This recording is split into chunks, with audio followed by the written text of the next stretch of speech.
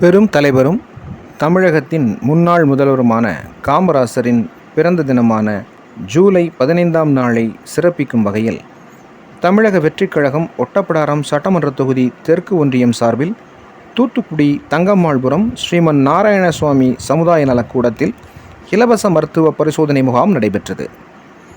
இதில் தமிழ்நாடு சிறு குறு மற்றும் நடுத்தர தொழில்நுட்பத்துறை அமைச்சர் பே. மதன் ராஜா சிறப்பு விருந்தினராக கலந்து கொண்டு முகாமை பார்வையிட்டு மக்களுடன் கலந்துரையாடினார்.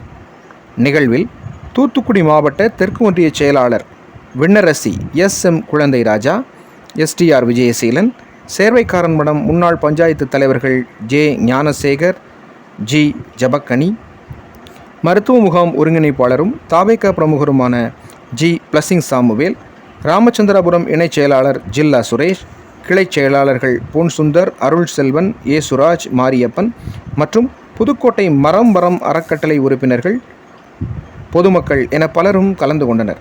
முகாமில் கண்ணீர் அழுத்த நோய், எலும்பு மருத்துவ மற்றும் பல் சிகிச்சை குறித்த ஆலோசனைகளும் அதற்கான மருத்துவ சிகிச்சைகளும் பொதுமக்களுக்கு வழங்கப்பட்டன.